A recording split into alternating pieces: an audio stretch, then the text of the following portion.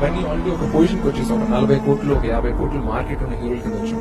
So మేము ఒక కథ సెలెక్ట్ చేసుకుంటుంటే అది 50 కోట్లు చేస్తా అన్న ప్రెషర్ మాకుంటది. ప్రతి సినిమాకి 50 కోట్లు రెవెన్యూ చూపించాలన్న ప్రెషర్ మాకుంటది.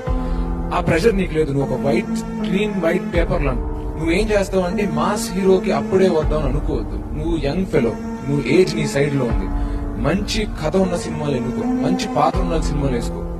అప్పుడప్పుడు నాకే అనిపిస్తుంది, నేను నీ సిమిలర్ ఏజ్ లో ఉన్న ఒక పెద్ద హీరో అయిపోయేసరికి కొన్ని పాత్రలు బాగున్నా, కొన్ని సినిమాలు బాగున్నా నేను అవి ఎన్నుకోలేను. అవి నువ్వు చేసి చూస్తే అట్లీస్ట్ ఒక చిన్న సంతృప్తి ఉంటుంది. మన ఫ్యామిలీలో ఎవరో ఒక నటుడు కొత్తగా డిఫరెంట్ గా ట్రై చేసి ఒక సక్సెస్ కొట్టాడని. ఆ మాట నాకు నిజంగా గట్టిగా దిగిపోయింది. అతను 2 years క్రితం చెప్పిన మాట ఇది.